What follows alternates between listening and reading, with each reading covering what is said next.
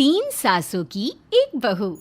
बलविंदर की पहली बीवी को बच्चा ना होने के कारण वो दूसरी शादी करता है, लेकिन जब दूसरी शादी से भी बच्चा नहीं होता तो वो तीसरी शादी करता है, और तीसरी शादी करने के बाद भी जब उसे संतान का सुख प्राप्त नहीं होता तो वो डॉक्टर को दिखाता है। और फिर बलविंदर जी, दोष आपकी बीवियों में नहीं, आप में है। आप में ही कुछ मेडिकल रीजंस की कमियां हैं जिनके कारण आप कभी भी किसी बच्चे के बाप नहीं बन सकते। अरे बाप रे, ये तो घोर समस्या हो गई। एक बच्चे का बाप बनने का मेरा सपना था और आज वही चूर चूर हो गया। तीन बीवियों में पहली बीवी इंद्राणी, दूसरी बीवी सुधा और तीसरी बीवी कलावती। मुझे एक माँ बनने का सौभाग्य प्राप्त करना है। मुझे भी, इसीलिए तो मैंने शादी की थी। अरे लेकिन अब किसे पता था कि हमारे पतिदेव में ही कमी होगी। अब हम क्या करें? हम एक बच्चे को गोद लेते हैं। तीनों एक बेटे को गोद लेते हैं जिसका नाम प्रमोद रखा जाता है। 20 साल बाद अब तीनों भी बूढ़ी हो चुकी होती हैं। बलविंदर भी बूढ़ा हो चुका था। प्रमोद एक अच्छी नौकरी करता है। उसकी शादी की उम्र हो चुकी थी, इसलिए तीनों माएं प्रमोद की शादी पाखी नाम की एक लड़की से करा देते हैं। शादी के बाद बहू पाखी की पहली रसोई की रस्म की बारी आती है। मेरी प्रिय तीन सासू माओ, आज मेरी पहली रसोई है। बताइए क्या बनाऊं? क्या पसंद है आप तीनों को? बहू तू ना कढ़ाई पनीर, सूजी का हलवा और पुदीने की चटनी बना दे। अरे नहीं नहीं, ये क्या पसंद है? अरे पाखी बहू, तू छोले भटूरे, सरसों दा साग और मक्के दी रोटी बना और पंजाबी लस्सी भी बना दे।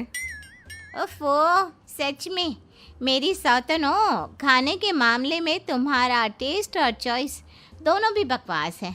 बहू, नॉर्मल सिंपल सात्विक भोजन बना दो और हलवा पूड़ी खीर का भोग चढ़ा दो भगवान को मंदिर में। अरे कैसे तुम दोनों अपनी मनमानी कर रही हो? मैं तुम दोनों से पहले आई थी बलविंदर जी के जीवन में, और तुम दोनों से उम्र में भी मैं बड़ी हूँ। इसका मतलब मैं पाखी बहू की बड़ी सास हुई? नहीं, उम्र बस एक अंक होती है। मैंने सबसे ज़्यादा देखभाल की है प्रमोद की, इसलिए मैं एक सास होने का ज़्यादा हक रखती हूँ। पाखी बहू, तुझे मेरी बात माननी होगी। नहीं, तू मेरी बात मानेगी। जो मैंने कहा है वही तू करेगी। नहीं, मेरी बात मानेगी वो। नहीं मेरी। तीनों सास आपस में चिल्लाने लगती है और फिर वहां पर बलविंदर और प्रमोद आ जाते हैं। अरे ये क्या बिल्लियों की तरह लड़ रही हो तुम तीनों सास? बाकी बहू को घर में आए पूरे 24 घंटे भी नहीं बीते हैं। बाकी तुम एक काम करो, तीनों माओं की कही गई डिशेस में से हर एक की 50-50% डिशेस बना दो। लेकिन बस, अब प्रमोद ने कह दिया सो कह दिया। तुम तीनों अब झगड़ना और बहस करना बंद कर दो। पाखी तीनों सासों की कही गई आधी आधी डिशेस बनाती है और इस तरह अपनी पहली रसोई की रस्म पूरी करती है, जिसके बाद उसकी तीनों सास उसे शगुन और नेक देती हैं।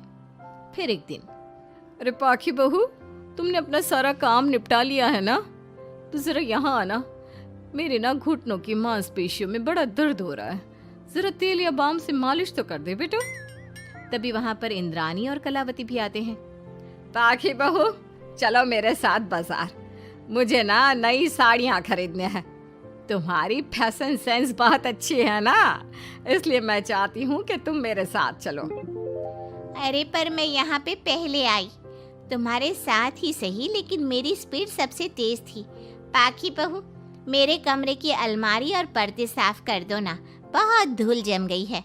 मुझे खांसी भी आ रही है। अरे ऐसे कैसे तुम दोनों मेरी बहू को अपने साथ ले जा सकती हो? सबसे पहले मैंने बहू को कहा है कि वो मेरे घुटनों की मालिश कर दे। अब जाओ, 1 घंटे के बाद अपनी ये फीकी शक्लें लेकर फिर से आना। सुधा मैडम, ज्यादा ना बोलो। पाखी बहू को तुम दोनों से ज्यादा नेक दिया है मैंने, इसलिए पाखी बहू तो मेरा ही काम करेगी। और वैसे भी ये सुशील सर्वगुण संपन्न बहू अपनी इस बेचारी बूढ़ी सास को खांसते हुए कैसे देख सकती है? क्यों पाखी बहू? हाँ, पर नहीं पाखी बहू, तुम इन दोनों की भावनाओं के जाल में मत फंसो। और रही बात शगुन और नेक की, तो रिश्तों को प्यार के भाव से तोला जाता है, ना कि पैसों के भाव से। मतलब ही कहीं के।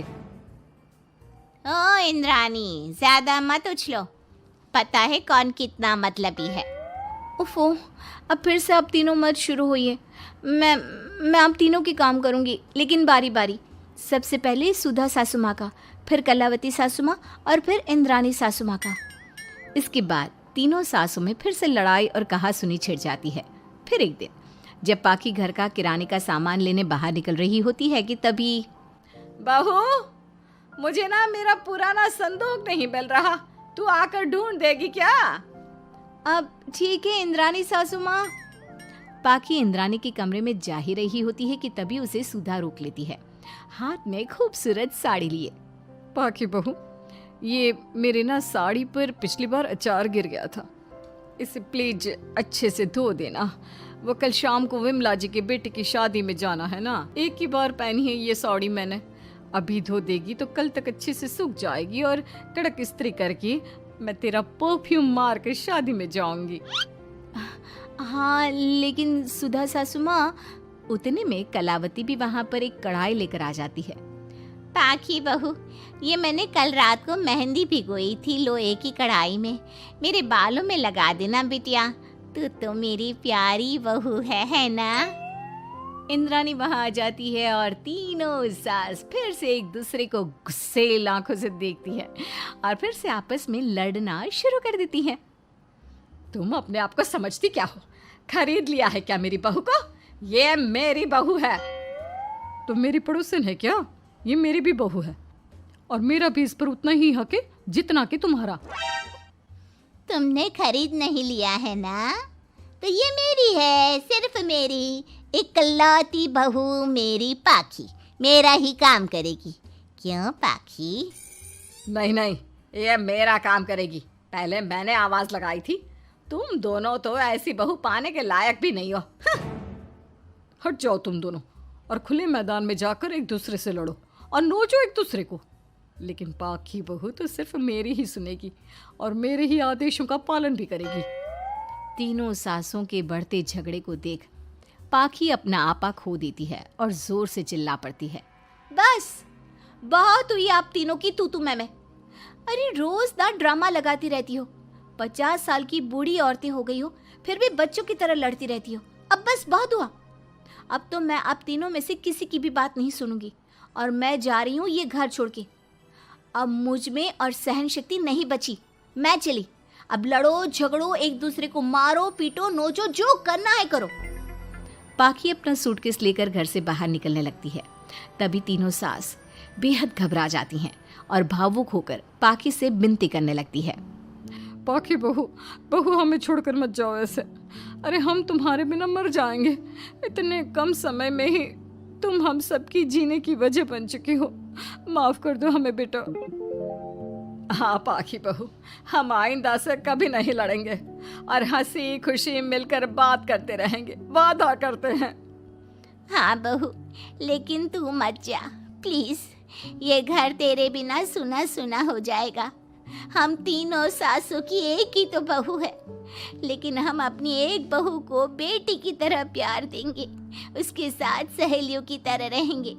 लड़ाई झगड़ा सब कुछ छोड़ देंगे बेटा, लेकिन तू छोड़ के मत जा।